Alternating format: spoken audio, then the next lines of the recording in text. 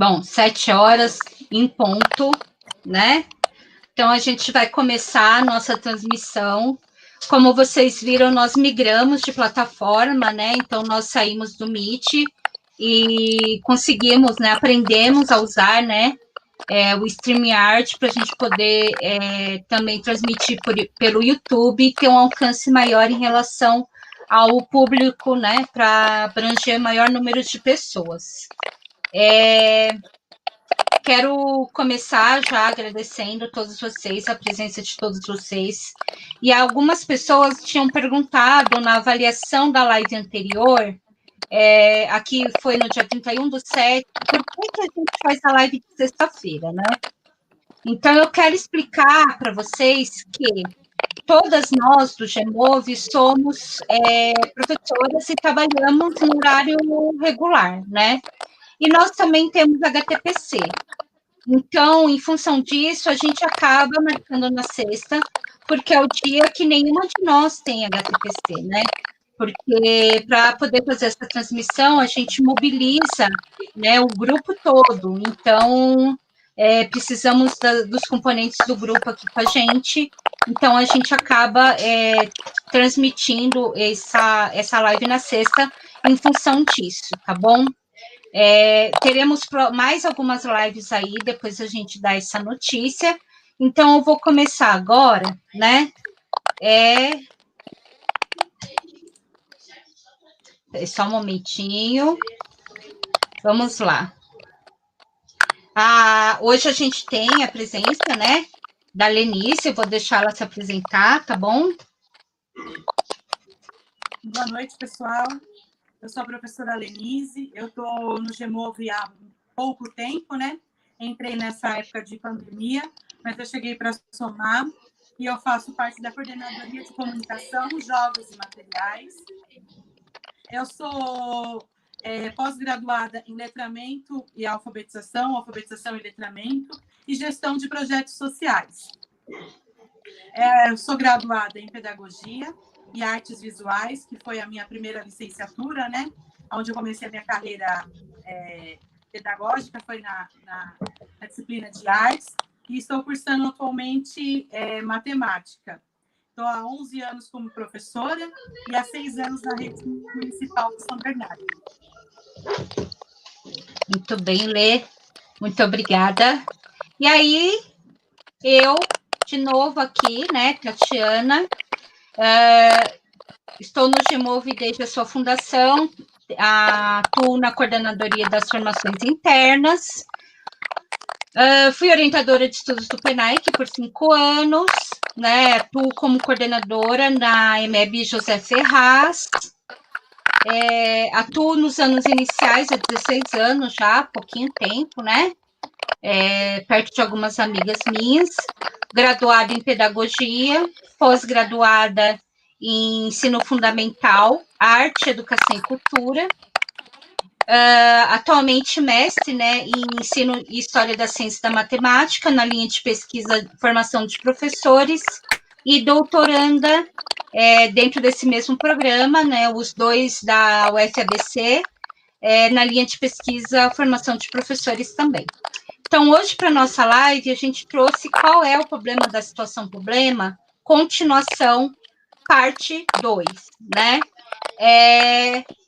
O que nós vamos ter hoje? Vou fazer uma breve retomada, breve mesmo, tá?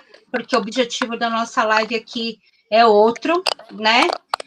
Vamos falar de tipos de problemas, né? Então, a Lenise nossa companheira, vai falar um pouquinho sobre isso.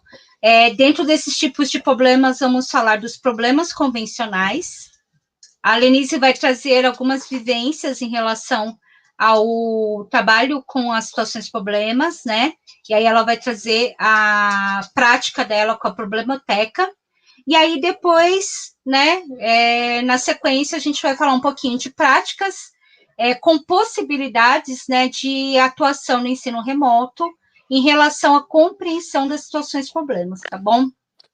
Então, é isso que nós vamos, o percurso de nós para hoje, tá? Que nós traçamos para hoje.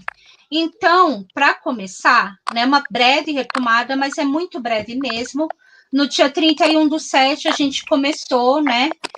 Qual o problema da situação problema? Falamos, né, da leitura e da escrita nas aulas de matemática, falamos da importância da linguagem materna e da linguagem matemática, da intersecção entre eles, né?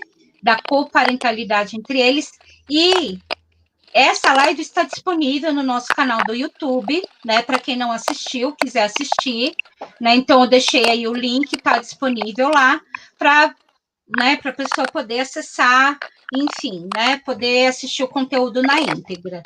Então, como eu disse para vocês, a gente começou, né, a falar sobre qual o problema da situação problema. Hoje a Lenice vai trazer mais algumas considerações a respeito desse tema, visto que ele é um tema abrangente, né? Como eu tinha falado na outra live, ele é um tema muito amplo, e aí a gente fez algumas escolhas em relação ao que a gente traria para conversar aqui, tá bom? Então, a Lenice vai apresentar agora, né? E aí a gente vai conversando sobre isso na sequência, tá bom? Bom, vamos lá. Como a Tati falou, vou falar um pouco sobre as vivências e as minhas práticas dentro da sala de aula com o ensino da situação problema. Todas as vezes que a gente pensa como trabalhar as situações problemas, o que eu vou fazer, né? Como eu vou trabalhar essa situação? Bate aquela dúvida e aquela questão no professor do e agora? Pode passar, Tati, para o slide próximo.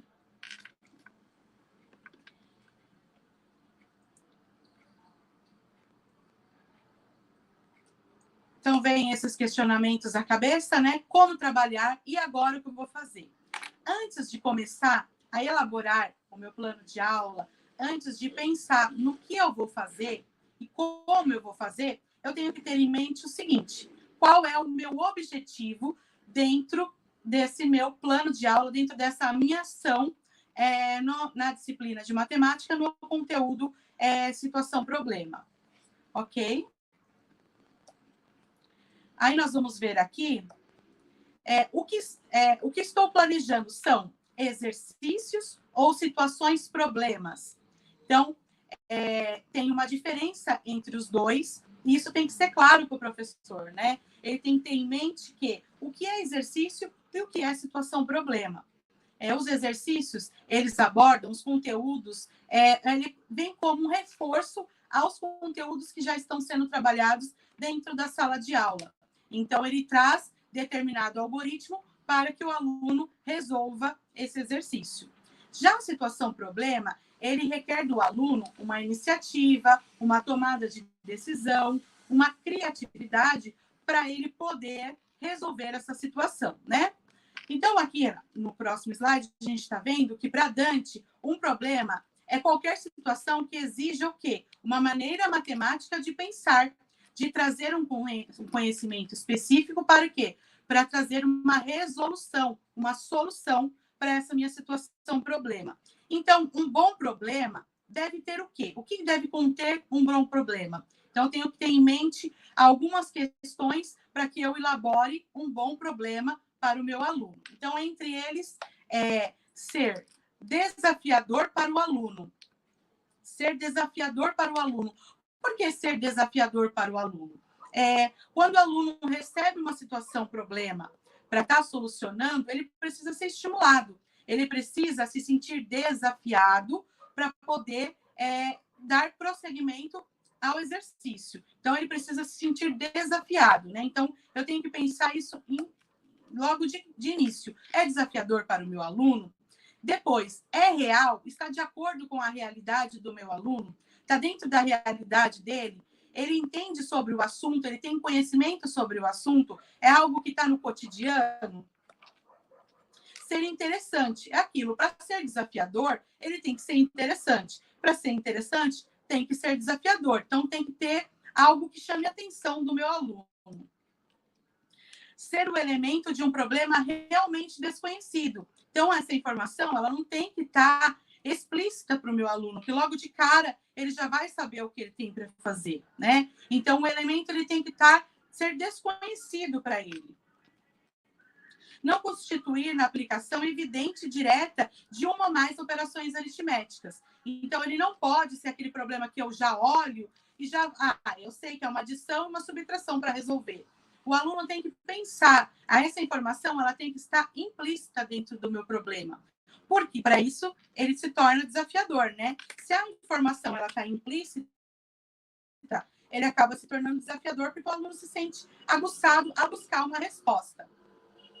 E uma grande questão aqui, para mim, é ter um nível adequado de dificuldade. Eu percebo, assim, que algumas vezes nós separamos uma situação problema para o nosso aluno e ela talvez não esteja de acordo com a dificuldade dele. Então, a gente pega uma situação problema padrão, uma situação igual para a minha sala inteira e eu aplico. Só que as dificuldades de cada aluno é diferente.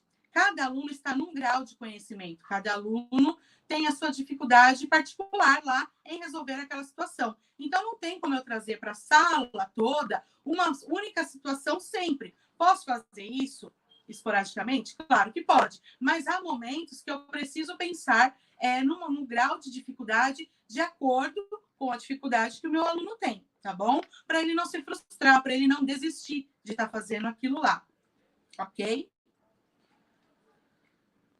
Então, para Dante, qualquer situação... Peraí, desculpa, gente.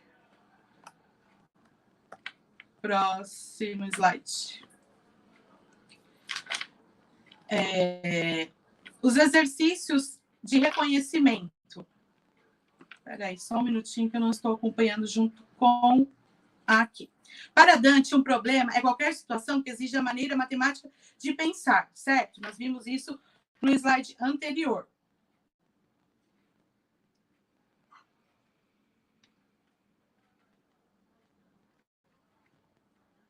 Isso, agora sim. Dentro dos exercícios matemáticos, dentro das situações problemas, eu tenho uma série de características de diferentes exercícios. Um deles é o exercício de reconhecimento. Ele tem o objetivo qual? Que o aluno reconheça, identifique e lembre um conceito, um fato específico, uma definição ou uma propriedade daquilo que eu estou passando para ele no exercício. Então, nós temos 2 exemplos aqui logo abaixo. Dados os números 2, 5, 10, 156 e 207, quais são pares? Então, ele precisa reconhecer quais são os números pares dentro dessa sequência de números. Uma centena equivale a quantas dezenas? Então, ele precisa identificar, precisa lembrar um conceito. Qual é o conceito? Quanto tem uma dezena? E assim sucessivamente para resolver os exercícios de reconhecimento. Ok? Depois eu tenho os exercícios de algoritmo. O que são esses exercícios? São aqueles que podem ser resolvidos passo a passo, geralmente no nível elementar. Seu objetivo é treinar a habilidade em executar um algoritmo e reforçar os conhecimentos anteriores. Foi aquilo que eu falei logo no início da apresentação. São exercícios para reforçar um conhecimento que eu estou trazendo. Então, eu estou trazendo a porcentagem. Então, eu estou dando um exercício específico sobre a porcentagem com os meus alunos, ok? Depois, nós temos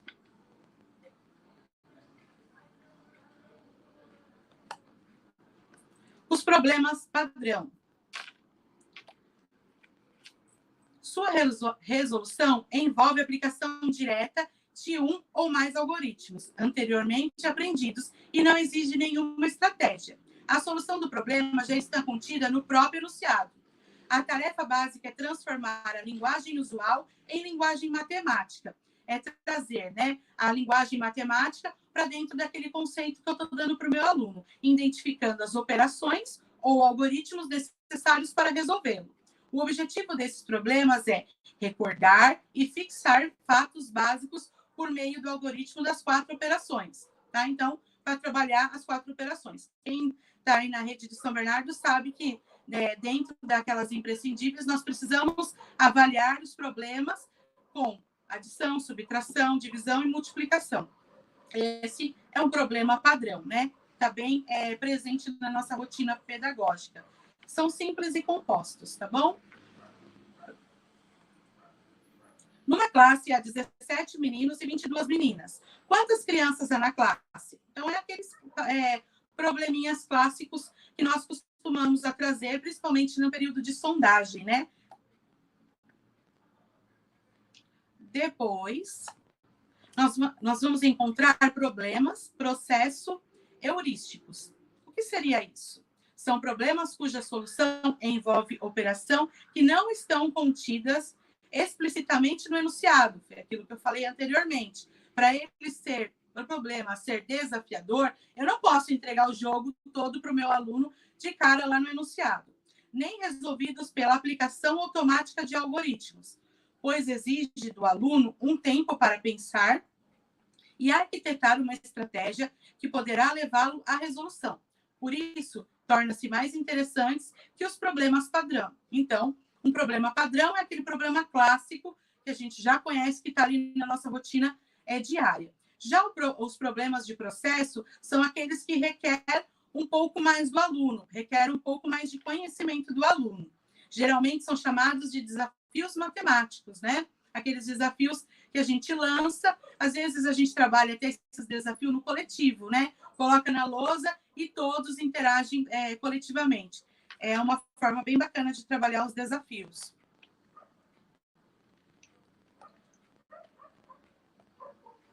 Problemas de aplicação. São aqueles que retêm situações reais do dia a dia. São chamados de situações, problemas contextualizadas, né? É dentro daquele objetivo que nós colocamos lá na frente, da característica que precisa ter no nosso problema. Está contextualizado com o meio que o meu aluno está, se ele conhece aquele assunto, se ele tem uma situação real para ele, aí sim é chamado de problema de aplicação. Procura-se matematizar uma situação real, organizando os dados em tabelas, traçados gráficos, fazendo operações e etc. Nós também trabalhamos isso na nossa rotina em sala de aula, né? No próximo, nós vamos falar dos problemas de quebra-cabeça. São problemas que envolvem e desafiam os alunos. Geralmente constituem a chamada matemática recreativa, e sua solução depende quase sempre de um golpe de sorte ou da facilidade de perceber algum truque, alguma regularidade que é a chave da solução. Então, geralmente são enigmas, né? Enigmas matemáticos que a gente costuma trazer para a sala de aula. As coordenadoras gostam de trabalhar muito isso nos HTPCs com os professores, né? Com 24 palitos de fósforo, forme 9 quadradinhos. Como fazer para tirar apenas 4 palitos e deixar apenas 5 quadradinhos? Então, dentro disso daí, tem uma sacada que o aluno tem que perceber para ele estar podendo estar resolvendo esse desafio ou esse problema quebra-cabeça, né? Requer um pouco mais de raciocínio lógico. E aí, o que eu trouxe? Agora vamos falar das minhas vivências, né? Nós já temos, claro, a diferença de exercícios e situações de problemas. Então, agora a gente vai para a prática. Lembrando que, aquilo que eu falei lá no começo, todas as vezes que eu for elaborar um plano para trabalhar uma situação-problema, eu devo pensar sempre qual é o objetivo que eu quero alcançar com aquela situação-problema, né? É fundamental na escolha de um modelo de problema, né, ou de quebra-cabeça, ou padrão. Isso é determinante na hora de eu escolher, porque eu preciso saber o que eu quero atingir, né? Então, pensando nisso, eu fiz a caixa Problemoteca. Essa caixa, eu trabalho... Vamos lá para o próximo. Tem aqui elas, ó, os dois modelos, né? Elas colocaram aí bem bonitinhos para vocês poderem estar visualizando como é que foi elaborado essa proposta de trabalho. Então, eu tenho uma caixa. Dentro dessa caixa, eu coloquei diversas situações, problemas, de acordo com aquilo que eu falei anteriormente. Não são situações, problemas iguais. Cada ficha, cada cor é uma situação, problema diferente. É uma sequência de situações diferentes, tá? Então, na ficha vermelha, eu tenho uma determinada situação, problema, e assim sucessivamente, de acordo com as cores ali. O que eu elaborei? Eu elaborei lousas mágicas. Ah, como é que você fez isso? Comprou? A gente não tem verba? É complicado estar trabalhando com materiais muito caros? Não foi caro. Isso é uma coisa que dá para fazer com capas de caderno velho da escola. Pede para os próprios alunos trazer cadernos velhos de casa, as capas. Dá para fazer a lousa, né? E aí você vai usar alguns materiais para fazer isso. Mas eu já falo mais à frente, um minutinho. Só vou falar que tem também as esponjas e as canetas marca quadro branco, né? Que eu usei aqui. No próximo slide, vai estar explicando como é que eu elaborei e confeccionei essa lousa mágica, né? Então, papelão ou capa de caderno velho, que eu já tinha falado anteriormente, papel branco para encapar, né? Para tirar aquela descrição que tem na capa do caderno ou na caixa de papelão. Usei o contact transparente para que eu possa usar a caneta e apagar depois. E a fita adesiva colorida para dar um acabamento, dar aquele charme, deixar atrativo para o meu aluno. Então, basicamente, cada aluno recebe um kit como esse que está aí na foto. Cada aluno não, cada dupla, né? Vai receber um kit como esse. As situações, problemas, o quadro, a caneta para quadro branco e a esponjinha para estar apagando. Também eu entrego uma ficha de respostas para que os alunos façam a correção por si só, independente da professora. Por quê? Porque cada aluno vai estar, cada dupla vai estar com um probleminha diferente, então, para fazer essa correção, nada melhor do que eles mesmos fazerem as correções, tá? Então, quais são os objetivos? No próximo slide, a gente vai conhecer quais são os objetivos para essa atividade. Então, relacionando os objetivos que eu pesquisei, que eu procurei fazer aqui no meu plano, estão de acordo com aqueles objetivos que nós vimos lá na frente, tá? Tornar as aulas de matemática mais interessantes e desafiadoras. Então, eu saí do caderno, eu saí do lápis, da borracha e da lousa e fui para um material mais interessante e atrativo, já para auxiliar o meu aluno a ter interesse em realizar essa tarefa. Fazer o aluno pensar produtivamente. Por que pensar produtivamente? Porque ele vai estar em dupla. Então, eles precisam produzir, eles precisam criar juntos uma solução para aqueles problemas que forem entregues a eles, né? Desenvolver o raciocínio do aluno, o raciocínio lógico, né? O raciocínio para que ele consiga sacar qual que é o que o professor está propondo ali, qual é a solução, qual é o caminho que ele vai trilhar ali para resolver essa situação, problema. Estimular o trabalho em equipe, porque é um trabalho feito em dupla, então um precisa do outro para chegar a um resultado. Ok?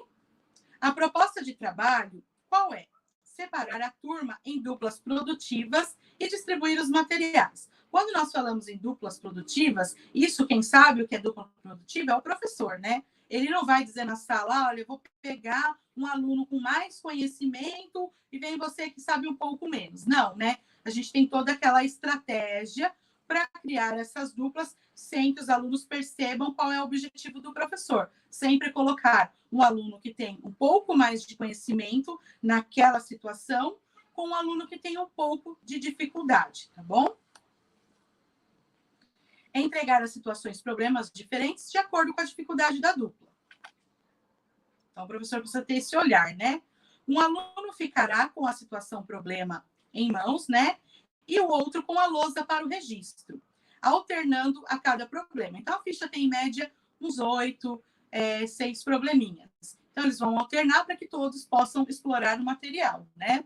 Então, no próximo, após a resolução, entregar a ficha de respostas para que eles mesmos façam as correções. Foi aquilo que eu falei, para que eles mesmos façam a correção da atividade. Tá? Eu trouxe também uma outra proposta além dessa proposta da caixa de problemas. Por que eu pensei em trazer o caderno, criar o caderno Qual é o seu problema? Né? O nome do caderno chama-se Qual é o seu problema? Esse caderno foi criado por mim e pela minha amiga Daniela Rosa, né? Que já não está mais aqui comigo, mas foi minha grande parceira e que me estimulou a estar trabalhando com a matemática. Então, nós duas, em conjunto, pensamos... Bom, o aluno recebe o material pronto. Por que ele não entende o que é para fazer? Porque eu lanço a proposta e ele não entende o que é para ser feito naquela atividade. Não consegue interpretar, não consegue identificar o que está pedindo, tem dificuldade de interpretação. E aí, com esses questionamentos que nós levantamos durante o ano letivo, nós chegamos à conclusão que se o aluno ele preparar o problema, ele for o criador da situação problema, ele vai conseguir identificar e verificar as informações com outro olhar quando ele receber pronto. Então, o que nós pensamos? Nós vamos criar um caderno onde o aluno vai levar para casa e ele vai criar uma situação problema do seu cotidiano daquela semana. Então, de repente, a mãe foi ao mercado, a mãe pediu para ele ir ao mercado, a mãe pediu para ele organizar alguma coisa, algo que aconteceu na vida do aluno durante aquela semana. Então, ele vai criar um problema do cotidiano, né, para que, na sexta-feira, traga para a sala de aula e ele mesmo passe para a turma resolver. Então, ele passa a ser atuante, ele passa a ser atuante daquela situação. Então, ele precisa ter um outro olhar para criar, um olhar diferente de quando ele recebe pronto, né? Então, o caderno ele está divididinho assim, conforme aí na imagem. O aluno tem que criar um problema com adição, subtração, multiplicação ou divisão. Ele escolhe ou cria mais de um problema, isso fica de acordo. Geralmente, eles se empolgam bastante e fazem um de cada, né?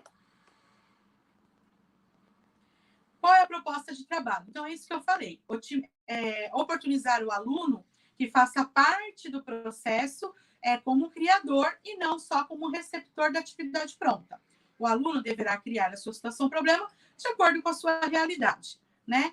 Foi essa a proposta desta atividade. Essas foram as minhas vivências em sala de aula. Eu espero que tenha contribuído, que tenha acrescentado algo, né, para vocês. A Tati agora vai dar continuidade, né, nas possibilidades que há dentro da situação problema para ser trabalhado em sala de aula, agora nessa nova realidade que nós estamos enfrentando, tá bom? Vamos continuar com a Tati.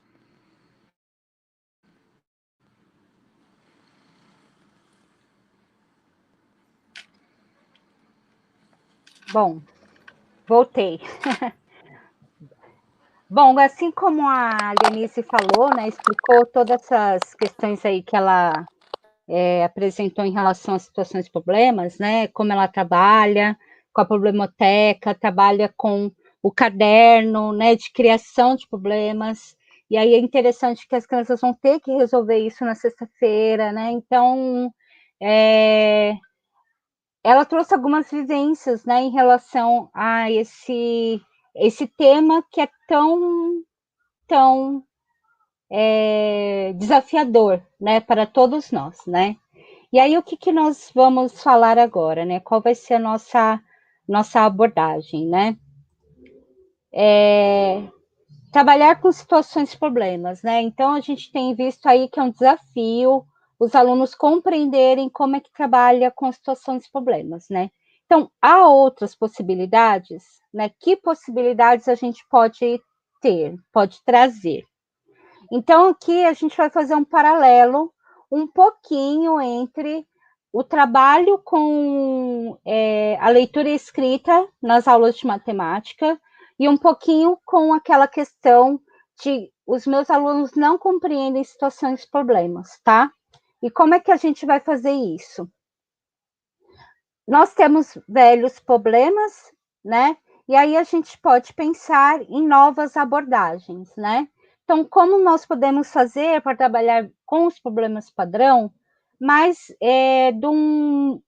de um modo que as crianças consigam sair daquela situação de não compreensão e partir para a compreensão, né? Então, aí a gente tem, né, a contribuição da Katia Smoley, e ela traz assim, comparando duas situações problemas, né? Então, a gente tem a situação problema, nesse caso, né, a gente tem como objetivo se apropriar das estratégias de leitura, compreender o papel dos dados e compreender o papel da pergunta na resolução. Então, a gente vai apresentar o problema A, né? O que diz o problema A? Juliana tinha 25 balas e deu 12 a uma amiga. Com quantas balas ela ficou? E a gente tem o problema B. Juliana deu 25 balas a uma amiga e 12 balas para outra amiga. Quantas balas ela deu? Então, geralmente, a gente parte já para a resolução dessa situação com... Só um momentinho. A gente passa, né, essa situação e eles já vão resolvendo, né, o probleminha, buscando uma operação para resolver. E qual é a ideia aqui, né? Eles não vão ter uma operação para resolver, eles vão ter que comparar os dois problemas, né? Como?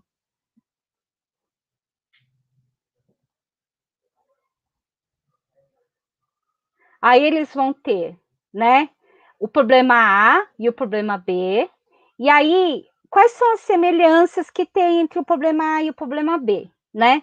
Então, a gente está falando aqui de uma situação, problema geralmente trabalhada no segundo ano, né? No primeiro ou segundo ano, não tem um grau de complexidade alto, e aí os alunos comparariam, a ideia é comparar os problemas. Então, as semelhanças nos dois problemas falam de balas. Ok, fala de balas. Nos dois, a quantidade é a mesma, há 25 balas. Os dois falam de balas novamente, e nos dois ela deu 12 balas, né? Então, nos dois probleminhas, ela dá 12 balas. E aí, nos dois problemas, ela dá balas para amigas, né?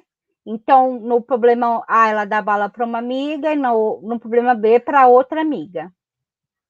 E quais são as diferenças, então, que existem entre os dois problemas? No primeiro problema, a Juliana deu balas para uma amiga, né? E no segundo problema, ela vai dar bala para duas amigas. Então, aí já começa a pontuar as diferenças entre o problema A e o problema B. Um problema fala que Juliana tinha 25 balas e o outro que ela deu 25 balas. Então, aí já traz alguma diferença, né? E aí, por fim, né, dessa situação, a forma de resolver os dois problemas vai ser diferente, então, né? Porque no primeiro você tem que tirar 12 balas e no segundo você vai ter que juntar as 25 balas com as outras 12 balas, né? Então, essa possibilidade, a criança ela não teria que resolver uma continha, né? Então, aí ela precisa, né, se debruçar e comparar os problemas, né? Qual é a semelhança e qual é a diferença entre um problema e o outro problema. E aí nós temos mais possibilidades, né? Muitas, eu acredito, que já ouviram falar dos problemas em tiras, né? Então, o que nós queremos quando a gente fala dos problemas em tiras, né?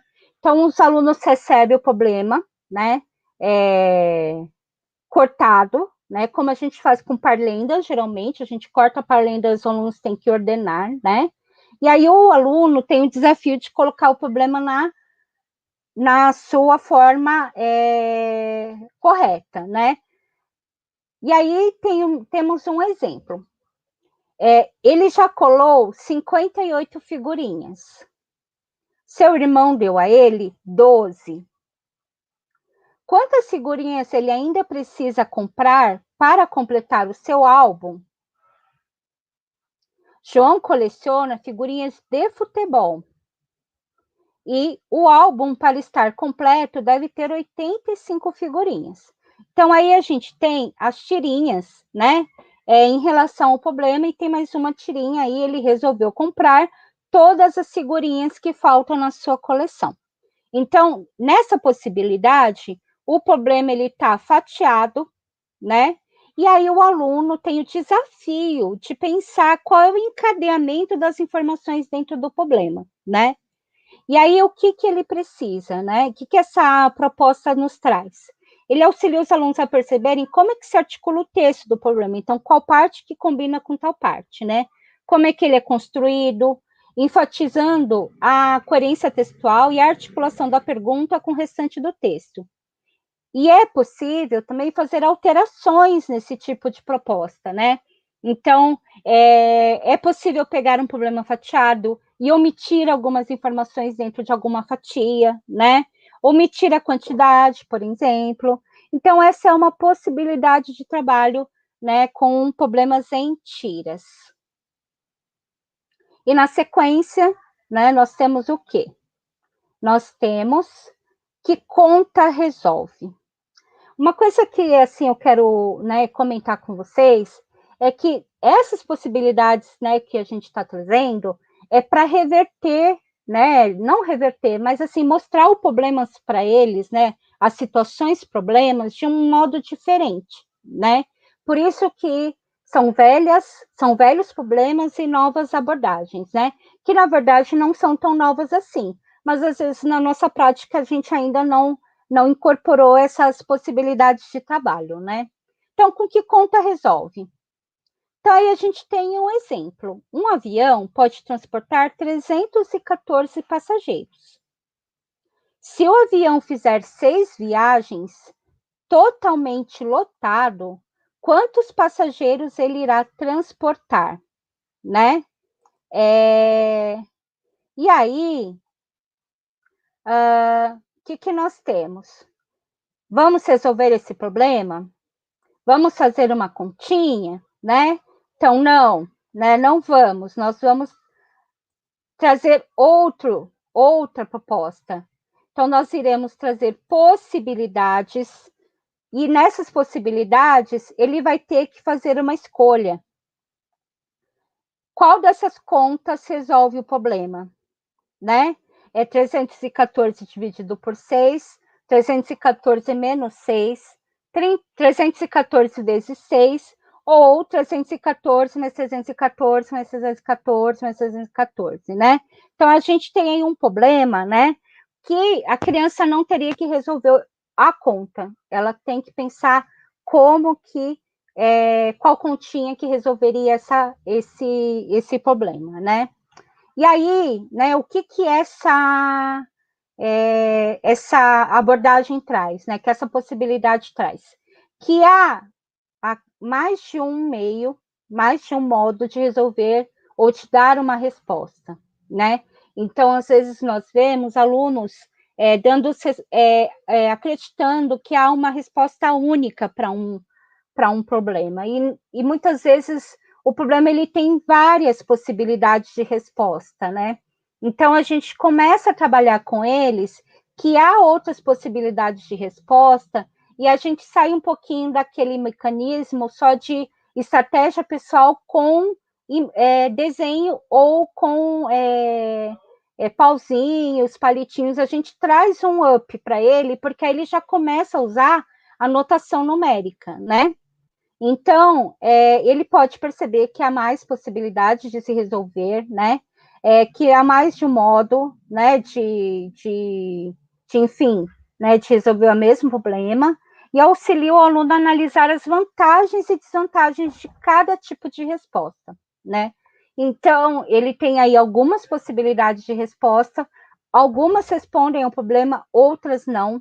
Então, vai requerer ali um pouco de análise. E qual resposta, de repente, seria mais vantajoso, né? Ou mais curto, né? Ou iria facilitar o trabalho dele na resolução.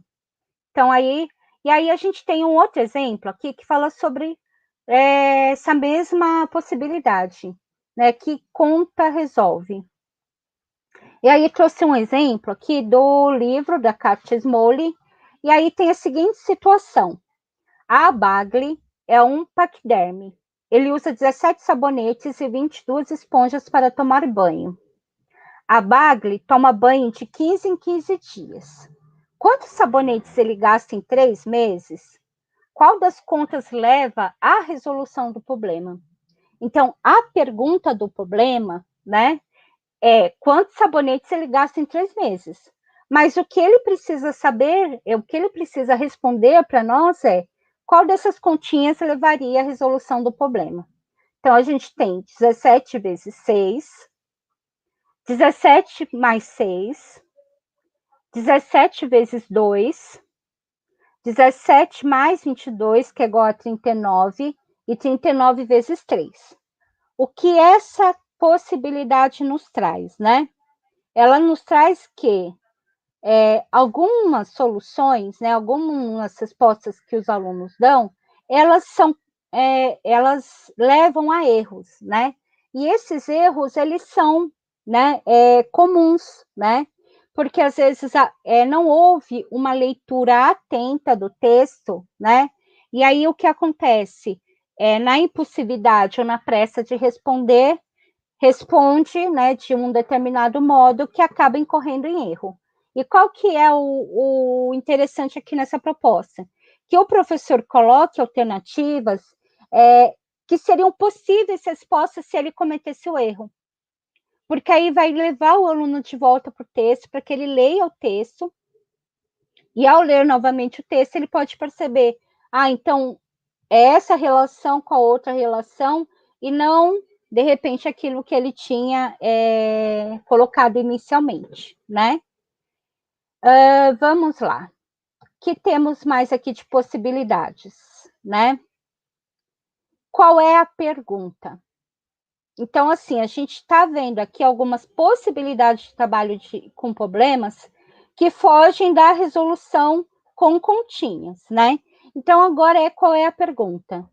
E o objetivo dessa proposta é levar os alunos a perceberem como a pergunta de problema está relacionada aos dados do problema e ao texto. Então, como as coisas estão intrinsecamente relacionadas, e aí temos, né, temos alguns exemplos, né? Temos um exemplo, na verdade. João tem um livro com 120 páginas. Ele leu 52 páginas deste livro e quer terminar a leitura em 4 dias, lendo o mesmo número de páginas em cada dia. E aí, o que ele tem que ver agora? Escolha entre as perguntas a seguir, aquela ou aquelas que podem ser respondida ou respondidas. Por que está entre parênteses, né? Porque você pode colocar, né, perguntas, mais de uma pergunta que responde ao problema, né? E pode também colocar perguntas que levam à solução de parte do problema, mas não do problema completamente, né? Então, vamos ver aqui, ó. Como é que a gente faz essa proposta, né?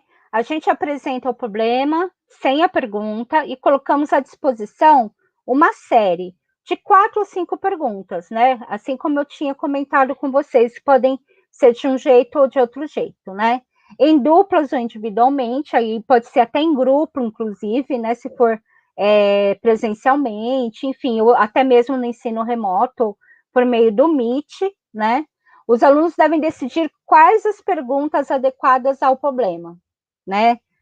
E aí, o que nós temos de opções aqui para este problema? Quantos dias ele levou para ler as 52 páginas? Quantas páginas ele deve ler por dia? Quantas páginas ele vai ler nos 2 últimos dias? Qual é o nome do livro? E quantas páginas faltam para ele terminar a leitura? Então, aqui nesse caso, a criança vai analisar as perguntas e vai ver qual é a que responde ao problema, né? Qual é a que combina com o problema, né?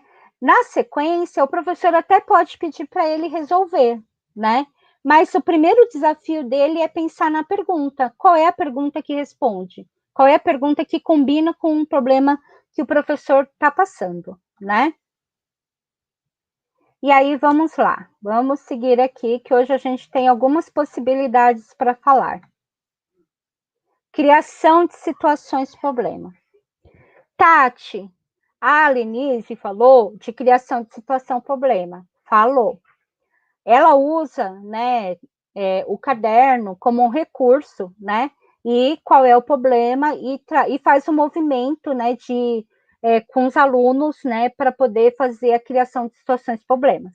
Então, essa é uma possibilidade? Sim. O problema que já é resolvido, ele já tem a resposta. O problema já tem resposta. E qual é o desafio? Saber como que chegou naquela resposta. Qual foi o pensamento? Qual foi o raciocínio? Né? E aí eles precisariam conversar, pesquisar, argumentar, né? Um conversar com o outro. Como é que foi resolvido aquele problema? Como é que chegou naquela solução? Que conta resolve? Qual é a pergunta? E problemas em tiras. Então, aqui estão as possibilidades que a gente trouxe, né, nessa parte. E aí, qual é a questão agora do ensino remoto? Como que a gente pode fazer isso, né? Então, a gente pode usar o WordWall, né? A gente tem, assim, conhecido vários aplicativos, né? E esse é um deles, né? Que a gente pode usar, explorar. Mas aí a abordagem seria diferente, né? Então, a gente, em vez de colocar lá a resposta da continha, por exemplo, a gente pode colocar qual é a pergunta. E dentre as possibilidades do WordWall, a gente pode colocar possibilidades de pergunta para as crianças, né? O Kahoot, né, tem sido muito utilizado também na rede, pelo menos assim, na rede que eu trabalho, que é São Bernardo do Campo, eu sei que tem pessoas na live que são de outros lugares, né, mas a gente tem usado muito o Kahoot. Então, a gente usa o Kahoot, mas a gente muda a lógica de perguntas, né, para as crianças, né? Que conta resolve, por exemplo, né? Ou até mesmo os problemas em tiras, né? Então, a gente pode ir usando essas possibilidades em recursos que a gente já conhece, né? Recursos que já são familiares para nós. A gente tem os jogos da escola, né? Então, podemos também utilizar essa ferramenta. Essa ferramenta a gente tem usado muito, muito, muito mesmo, que é o Google Formulários. Usamos o Google Formulários para as questões, para enquetes, para gamificação, né? Então, a gente pode trazer possibilidades de trabalho, de formulários gamificados ou não, abordando também de modo diferente, né? E aí eu perguntei, né, para uma das nossas gemovianas, aliás, eu saí perguntando para todo mundo, né? Como é que você está trabalhando os problemas no ensino remoto, né? E aí, o que a Agi contou para a gente, né? A Agi contou o seguinte, Tati, eu tenho feito uma coisa que eu sinto que deu certo porque aumentou a adesão das crianças, né, no Meet, por exemplo. Porque ela usa o Meet, né? E aí ela percebia que havia um número pequeno de crianças e ela tentou inovar. Como que ela tentou inovar? Ela já trabalha com a criação de situações problemas, né? Então, ela atua num 5º ano, as crianças já criam seus problemas, né, nos diferentes eixos da matemática, criam situações também, às vezes são exercícios, não só problemas. E aí, o diferencial é que ela chama os alunos no Meet, e os alunos vão fazendo e vão criando, né, o Kahoot, por exemplo, junto com ela, ao vivo, né? Então, eles estão inserindo as perguntas lá. Quais são as perguntas que a gente vai fazer sobre determinado tema, por exemplo, medidas de horas, né? Medida de tempo, né? As horas. E aí coloca lá várias perguntas que eles criaram. E eles vão falando para a professora, e aí ela vai colocando esses dados dentro da criação do Kahoot, né? O mesmo, né? Ela me falou que ela faz com os formulários, né? Então, ela pega o formulário e as crianças criam perguntas e ela vai, junto com eles, criando um formulário com aquelas perguntas. E eles vão participando de todos esses momentos, né? E ela observou que a participação dos alunos aumentou, né? Então, eu perguntei, você tem quantos alunos, Gi? Tenho 28. E quantos têm participado dessa proposta? Uma média de 24 alunos, né? Então, ela tinha um número menor de alunos participando, aí ela percebeu que isso deu um diferencial e os alunos começaram a participar mais da aula, né? Então, nós temos aí recursos conhecidos, né? E que a gente pode trazer para o nosso lado, mas com uma abordagem diferente. E aí, dentre esses recursos, a gente tem o Meet, né? Temos usado muito o Meet, muito mesmo, e inclusive o WhatsApp, né? Chamada de vídeo pelo WhatsApp. Então, aí a gente pode inovar, abordar, né? Por esses recursos, né? Mas trazendo uma abordagem diferente, né? Para os problemas. E aí, eu vou trazer agora uma outra coisa, né? Uma outra proposta junto com o ensino, os problemas a partir do jogo, né? Porque, assim, a gente fala muito que os alunos não se interessam, que eles não compreendem a situação dos problemas, né? Que eles não leem o problema, que eles não pensam sobre o problema, né? Então, essa proposta, ela traz o seguinte, por que não trabalhar, né, com problemas a partir do jogo, né? Então, essa proposta está dentro desse livro aqui, ó, que eu apresentei na aula passada, na aula não, desculpa aí, gente, na live passada, tá? Nós já tínhamos indicado ele, a referência dele está no fim do slide, tá? Então, não se preocupem, está lá no fim do slide. O título do livro é Leitura e Escrita nas Aulas de Matemática, Jogos e Gêneros Textuais. E aí, qual é a proposta, né, a partir do problemas a partir do jogo? Como é que funciona, né? Então, assim, o exemplo que o livro aborda é assim, primeiro você apresenta o jogo para a criança, o seu contexto cultural, como é que trabalha, né, da onde veio aquele jogo, como é que surgiu, faz essas apresentações, né, a respeito do jogo. Tira a curiosidade das crianças, conversa sobre o jogo, né? E aí, a primeira abordagem, a primeira parte, na verdade, seria ler a regra do jogo. Então, vamos ler a regra do jogo? E aí você já coloca a criança em contato com o gênero textual instrucional, né? Então, é um texto instrucional, ele precisa ler a regra do jogo. E aí tem uma jogatina, né? Então, joga uma primeira vez para colocar essas regras também, né, em jogo, se entendeu o que a regra queria dizer, se não entendeu, enfim, né? Aí tem essa jogatina. E aí, ler, reler, antecipar. Porque às vezes na situação de jogo eles vão perceber, calma, eu não entendi a regra, então como é que ela funciona, né? Então nesse momento eles podem voltar para a regra. Ah, então é assim que funciona, né? A gente não tinha ainda relacionado a escrita da regra com o ato de jogar, né? Com aquelas jogadas em si. E aí, vamos lá para o próximo aqui. Esse é o momento, né, do confronto das regras, né, nesse momento da jogatina, né?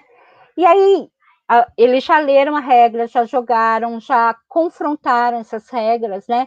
E aí eles começam a discutir quais são as possibilidades, então, dentro do jogo. O que a gente pode fazer, né? Porque, assim, geralmente, o jogo, ele mobiliza muito da pessoa, né? Ela mobiliza ela mesma, porque ela joga por ela mesma, né?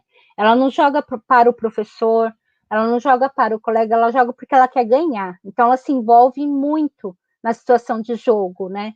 E aí ela começa a discutir as possibilidades. Então, quais possibilidades que eu tenho de ganhar? O que eu posso fazer? Qual jogada aqui, né, que me levaria a isso? E aí vai jogar de novo, né? Vai jogar de novo, quantas vezes forem necessárias, o professor perceber que é possível dentro daquela turma, né? Para que ele coloque os seus conhecimentos à prova, né? E aí, assim, qual é a parte que inclui um pouco mais da leitura da escrita, né? E da conexão entre a língua portuguesa, da língua materna e a linguagem matemática. O aluno ele precisa comunicar o raciocínio que ele teve. Como é que ele chegou naquele raciocínio? Como é que ele fez aquela jogada, né? Então, daqui a pouco eu vou mostrar alguns exemplos, aí isso talvez fique um pouco mais visual, né? E aí ele precisa registrar e compreender, né? Então, na hora do registro, ele vai fazer o registro e vai explicar o que ele pensou, como ele pensou, ou o que ele poderia fazer. E aí o professor também pode trazer outras possibilidades, outras perguntas que, de repente, o aluno não fez durante a jogada, durante o jogo. E aí o professor também pode ampliar esse repertório de perguntas do aluno, né?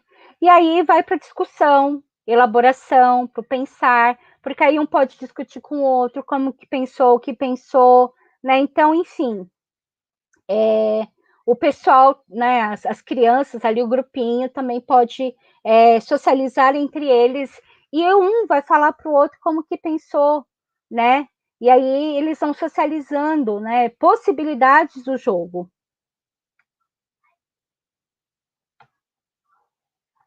E aqui que entra o primeiro exemplo, né? O jogo referido no livro é o Mancala, né? Só que aqui eles trouxeram outro nome, que é o Calá, né? E aí o que acontece? Eles já tinham lido as regras, já tinham participado de todo momento de jogo, de interação com o jogo, de discussão de regras, já tinham feito uma vivência com o jogo, jogado, né? E aí o professor traz essa situação de jogo para o pensar sobre o jogo, em forma de situações, problemas sobre o jogo, né? Então, aqui nessa figura, né, coloca assim: o jogo está como mostra a situação abaixo. Após observar, responda as questões a seguir. Então, aí tem a configuração do jogo, né? Como é que está a configuração, e as perguntas assim: se você fosse o jogador B, em qual casa mexeria? Por quê? Aí o aluno precisa justificar o porquê, né? Aí, nesse caso, ele justificou o seguinte: se eu fosse o jogador B, eu. Só um momentinho aqui, eu não estou enxergando a letra. Depois, pessoal, a gente vai disponibilizar para vocês esse material, tá? E aí, não se preocupem, porque a gente vai deixar disponível nos nossos canais de comunicação, nos nossos meios, né? Eu mexeria a casa 2, porque não tem 4 sementes. E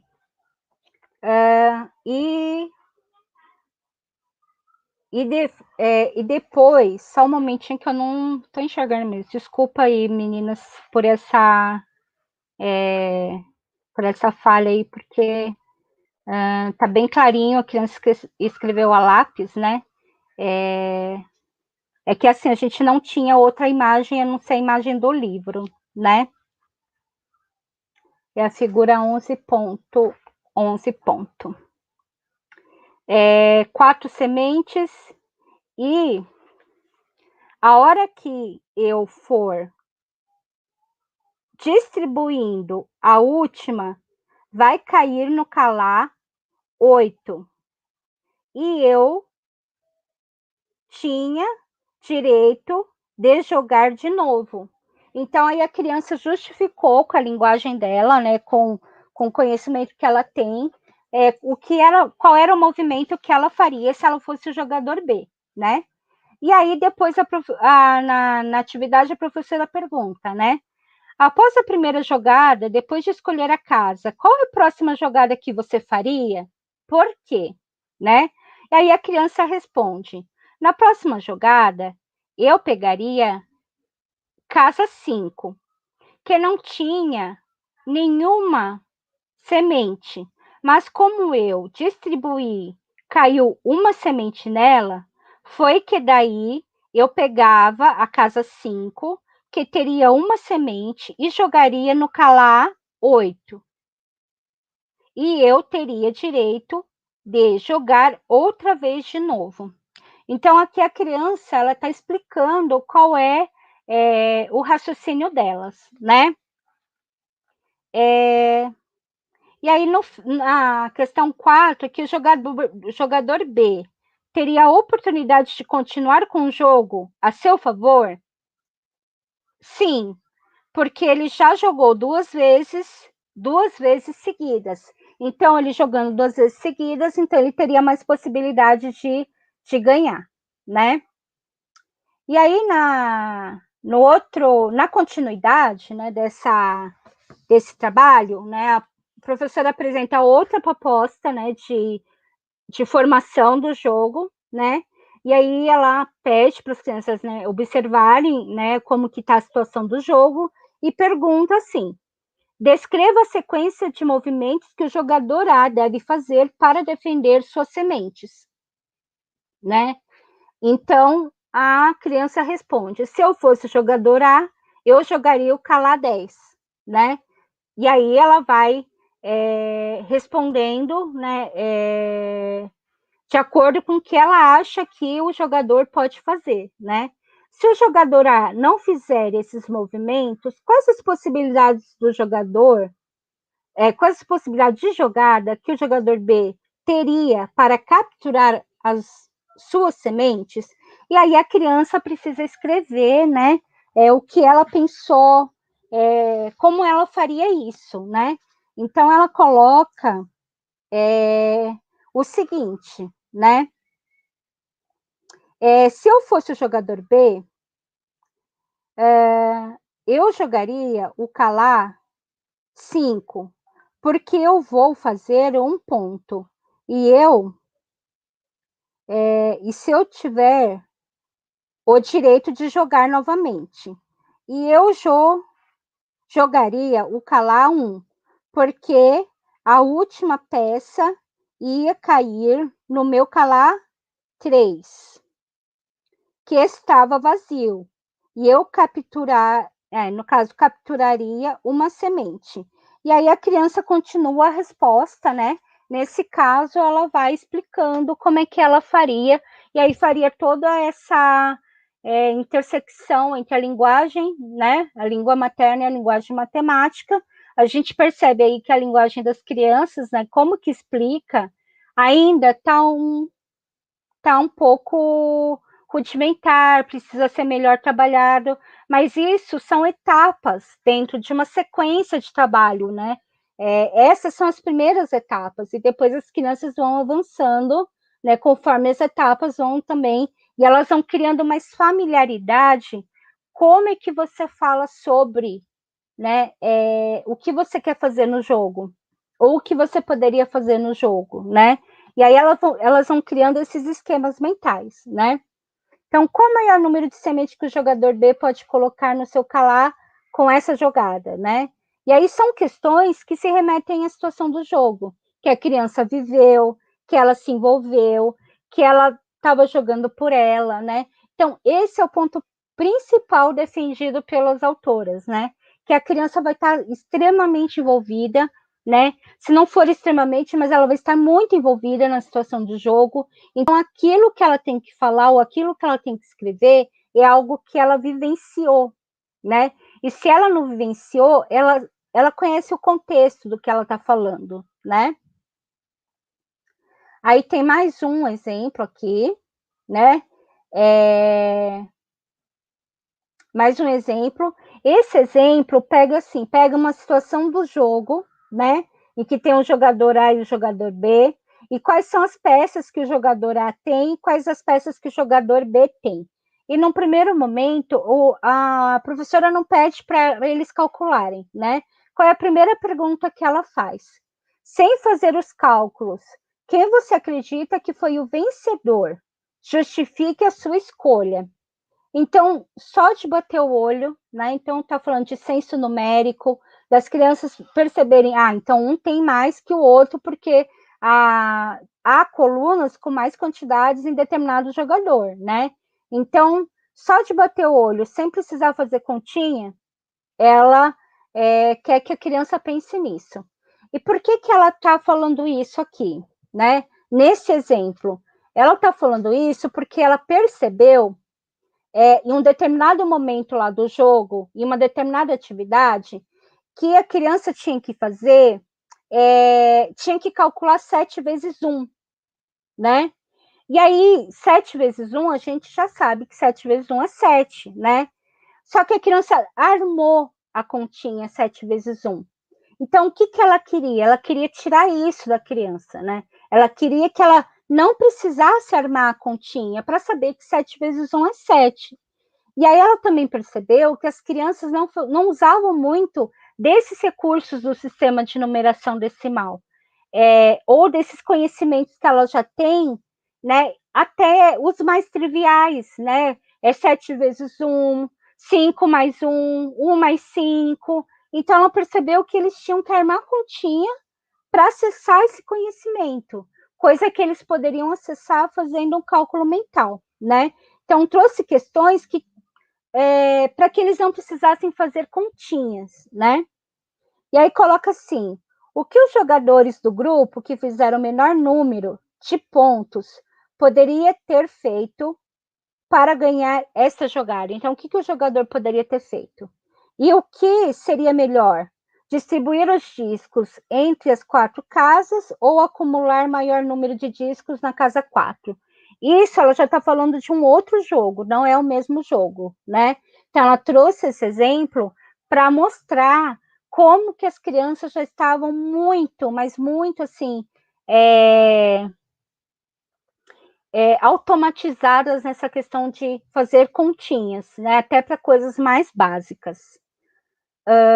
E aí o outro exemplo, né? Que é ainda do jogo anterior, né? Que a criança precisa justificar, né? A resposta dela, então, a partir da situação de jogo acima, qual jogador você gostaria de ser? Então, aí nessa pergunta, a criança tem que analisar a coluna, né, do jogador A, a coluna do jogador B. Então, qual dos dois jogadores, né, diante dessa distribuição da semente, seria melhor ela ser, né? E a outra pergunta assim: se você fosse o jogador A, descreva a sequência de jogadas que faria para conseguir 6 sementes, né? Então, coloca aí a criança numa condição de jogador A e ela teria que pensar como que ela pode fazer para, enfim, dentro de um contexto dado, né, tendo que conseguir essas 6 sementes. E por fim, né, o último exemplo que eu trago hoje é esse aqui, né, que é continuidade do exemplo anterior, né? Os jogadores do grupo B, em uma jogada, conseguiram um total de 144 pontos, incluindo o bônus. Qual é a distribuição realizada pelos jogadores para obter essa pontuação? E, na sequência, é possível dizer que nessa jogada, os 30 discos foram encaçapados? Justifique, né? Então, essa questão que remete ao jogo dos discos, né? As crianças têm casinhas e elas têm que se posicionar nessas casinhas. E aí arremessar o disco. Só que elas só podem pegar o disco que cair depois da posição que elas estão. O que cair antes, elas não podem pegar. Então, assim, qual que é a ideia? Elas perceberem aí em que posição é melhor elas ficarem para começar o jogo. Então, a gente tem aqui alguns exemplos, né, nesse livro, de umas narrativas das crianças, assim, por que você sempre começa no meio? Né? A professora pergunta para um menino. E ele falou assim, porque eu acho que se eu ficar no meio, eu consigo pegar mais discos, né?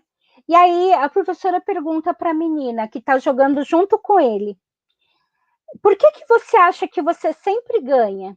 Que você está ganhando direto, então por que você acha isso? Né? Me explica.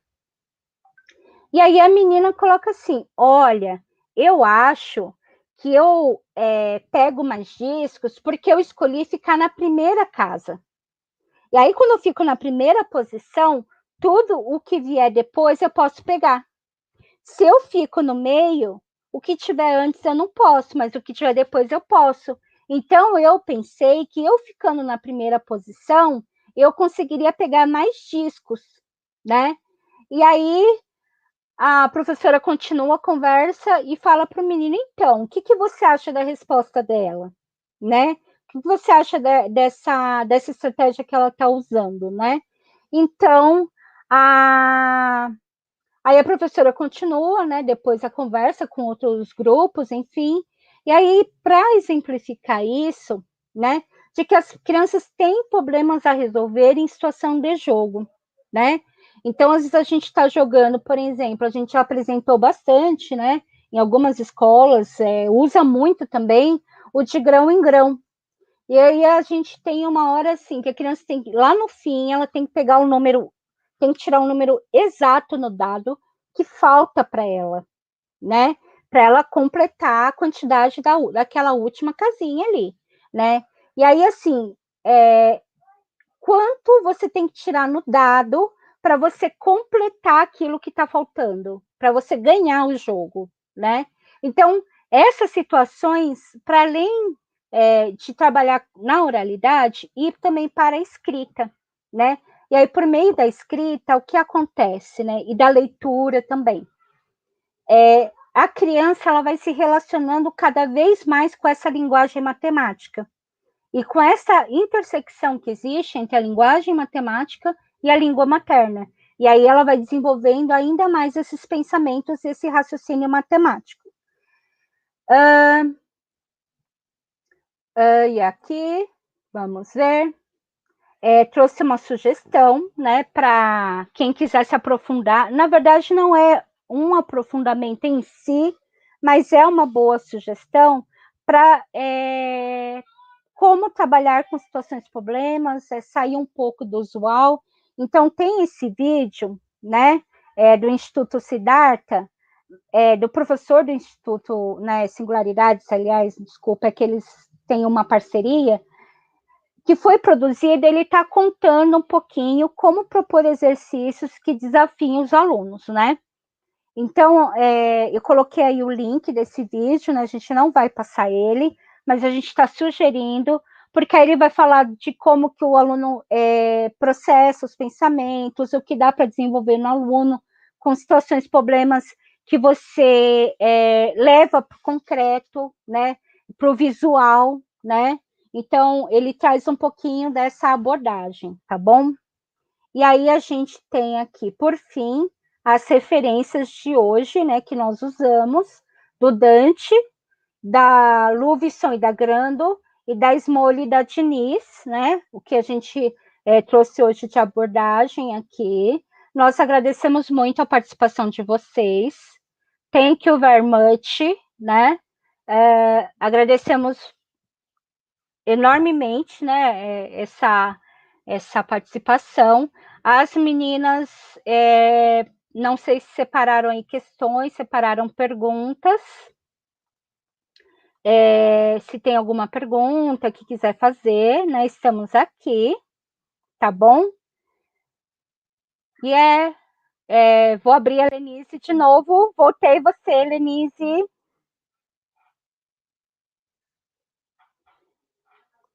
Ativa seu microfone e lê. Estou vendo aqui se tem pergunta com as meninas, né? Isso, se tiver alguma pergunta, estamos abertos às perguntas. Desculpa, eu esqueci de passar o nosso e-mail, né? geomove.sdc@gmail.com. A Vivi está me dizendo que tem perguntas. Então, Vivi, estamos aqui para as perguntas. Eu vou falar para vocês que a gente tem um formulário de avaliação. Nós gostaríamos muito que vocês respondessem, porque eles nos ajudam, né, a gente direcionar nosso trabalho, né, a gente melhorar cada vez mais. Eu não posso deixar de falar, porque foi pedido com muita... Se inscreva no canal, deixa o seu like, deixa o seu joinha no nosso canal, tá bom? Porque, assim, o nosso objetivo maior é compartilhar o que a gente puder compartilhar com vocês. Nosso objetivo aqui é compartilhar, né? Vamos lá, perguntas. Da Liese. A criança tem que ler, interpretando o problema, pois tem palavras que é o mistério do problema. Então, sim, tem palavras que solucionam o problema, né? Você quer falar um pouquinho a respeito dessa questão, Lê? Pode falar. Tá.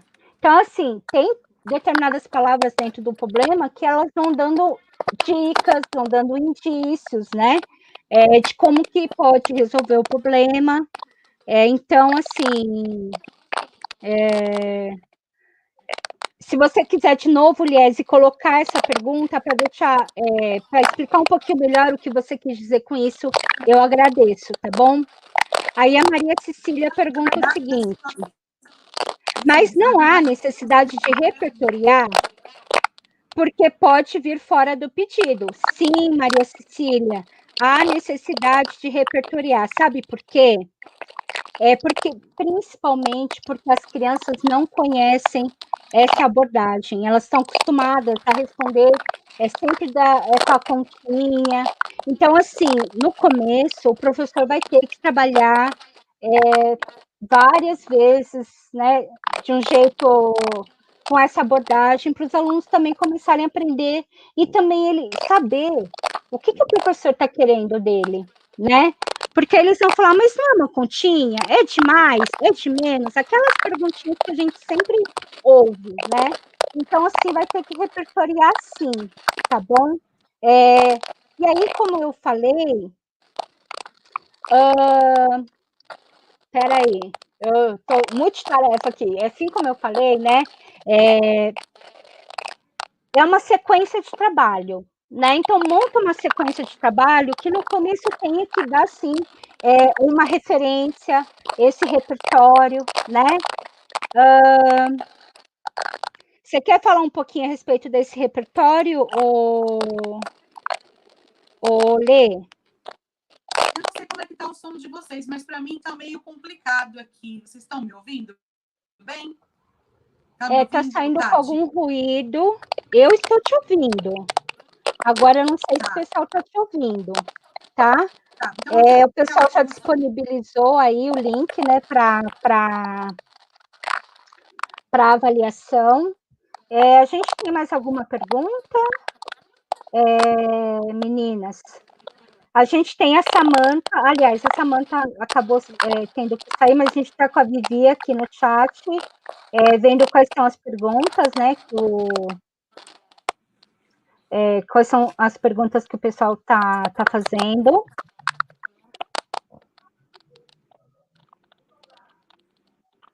Olha, tem uma pergunta aqui que eu não sei se elas já viram, mas eu estou vendo, que é da Claudete.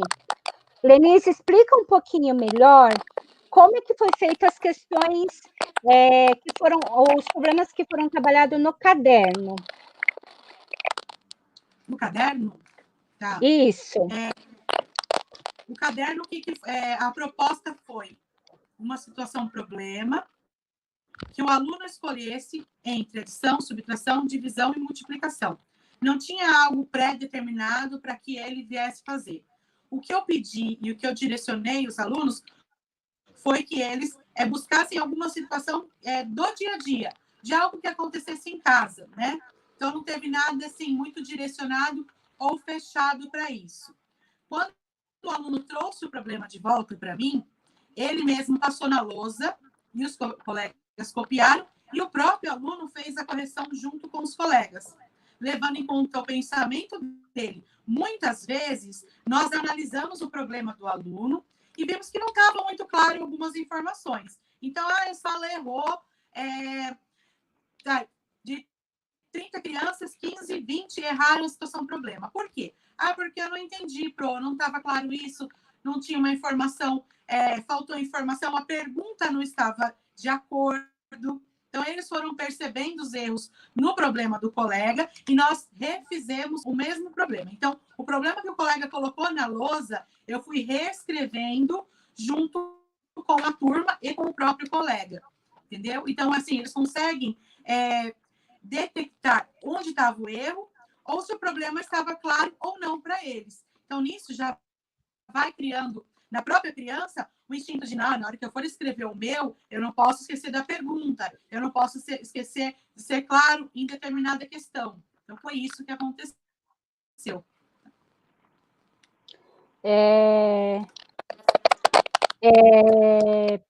Claudete, a gente conseguiu responder a sua pergunta?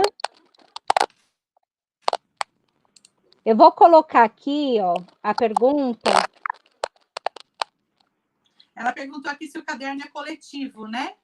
O caderno Sim. é coletivo, é um caderno único para a sala inteira. Então, cada semana, um aluno leva para casa, tem da segunda até a quinta-feira para elaborar esse problema. Na sexta, ele traz, e aí sim, nós fazemos juntos em sala de aula. Aí, na próxima segunda, uma outra criança leva o caderno e assim nós somos no decorrer do ano. Então, assim, é nítida a evolução da criação dos problemas deles no começo do ano até o final, como foi, e assim, a primeira criança que escreveu, os erros dela já serviu o quê? Para o próximo já ir escrevendo melhor, e o próximo, então foi uma sequência assim, uma construção no conhecimento em cima do erro e do acerto do colega anterior.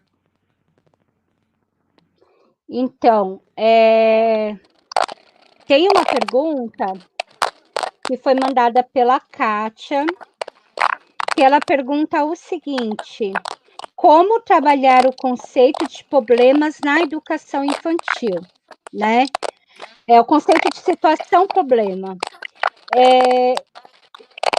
Sinceramente, eu acho que é tão mais fácil trabalhar no infantil do que no fundamental, né?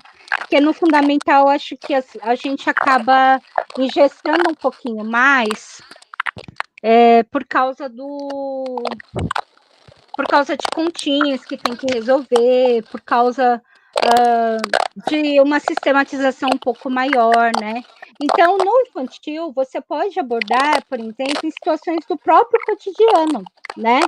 Em situações de vivências que eles estão, seja com a manipulação de brinquedos, seja com a manipulação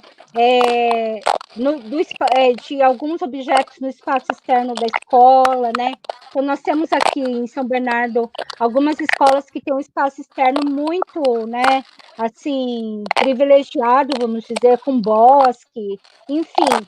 Então, assim, o professor pode pensar em situações que eles tenham que resolver dentro daquele espaço, né? Então, eu já fui numa escola de infantil, que era o Cândido Portinari, que a Adriane, ela foi diretora lá, então tinha várias folhas caídas no chão, né, das árvores. Então, assim, dá para pegar essas folhas de árvore, dá para criar situações com isso, tinha casinha, dá para criar situações ali, e situações que eles tenham que pensar em como resolver, né? Não obrigatoriamente, eles vão ter que fazer uma continha, como no fundamental a gente vê muito, né? Mas que eles têm que explicar como é que eles pensaram, né? Lenise, você quer falar algo sobre essa questão? Não, acho que eu vou ser bem sincera, a educação infantil não é muito a minha praia, não tenho uma experiência assim muito grande, quer dizer, na verdade eu nem tive experiência na educação infantil. Então, eu vim lá do ensino médio, aí fui descendo, parei no 5º ano, e assim, eu nunca tive uma experiência nem vivência para estar falando sobre educação infantil. Mas eu vi aqui que a Zuleide fez uma pergunta, né? Como você seleciona os problemas da Caixa? Como que eu selecionei os problemas da Caixa? Então, eu fiz de acordo com as dificuldades que eu fui detectando da minha turma, né? Então, eu tenho lá na caixa, desde problemas do conteúdo final do 5º ano, com frações, porcentagens, como eu tenho problemas de operações combinadas, situações, problemas com uma operação só, situações, problemas que envolvem o sistema monetário. Então, eu fui trazendo de acordo com as dificuldades que eu vi, detectei em cada aluno. Então, por isso que as fichas são diferenciadas. Então, eu entrego uma ficha de acordo com a dificuldade que eu sei que aquela dupla tem e que precisa trabalhar mais em cima daquilo. Foi assim que eu selecionei. Então, é uma caixa bem variada. Tem tem desafios também, né? Nós falamos dos desafios. Tem atividades com códigos. Você precisa desvendar enigmas. É uma sequência até você ir achando um código atrás do outro, até você encontrar a solução para aquela questão. E não envolve só a matemática. Pode ser uma questão de pista, como eu trabalho enigma, o gênero enigma e mistério no 5º ano, eu trago também essa questão do gênero textual dentro da matemática. Então, ele está trabalhando as questões do gênero e está trabalhando o raciocínio lógico para encontrar a solução para aquele problema. É isso. Muito bem. Tem mais alguma pergunta, meninas?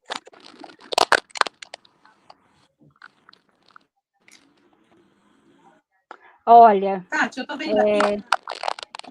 Tá. A colega aqui perguntou, a Claudete perguntou a respeito do caderno no sistema de ensino remoto, né?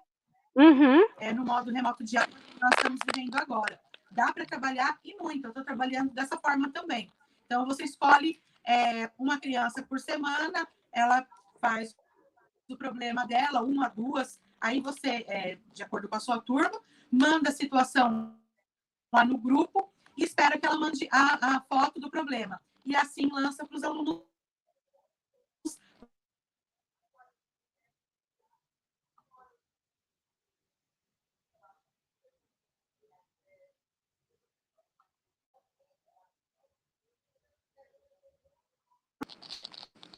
Lenise?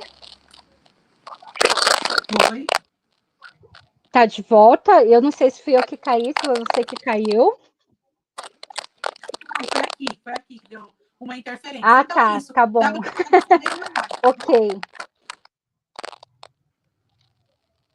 Você quer fechar a sua fala? É que eu não ouvi o finzinho. Não entendi, Tati, desculpa. Eu não ouvi o finzinho da sua fala sobre o caderno no ensino remoto. Isso, então, você montando, direcionando a criança que você quer que faça o problema naquela semana, ela tira a foto, depois escrita e coloca no grupo, ou digita no próprio grupo, e aí as outras crianças têm que fazer e encaminhar lá a resposta no dia que o professor marca. Eu estou vendo que tem gente aqui colocando como sugestão fazer essa atividade no Google Formulários. Tem diversos recursos que você pode estar usando para a proposta, né? Sim, exatamente. A gente aprendeu a lidar com todos esses recursos, né? A gente teve que correr atrás e aprender. Aí vai o WordWall, vai Google Forms, vai Jamboard. Assim, a gente está aprendendo muito, muito nesse ensino remoto, né? Temos mais algum comentário aqui?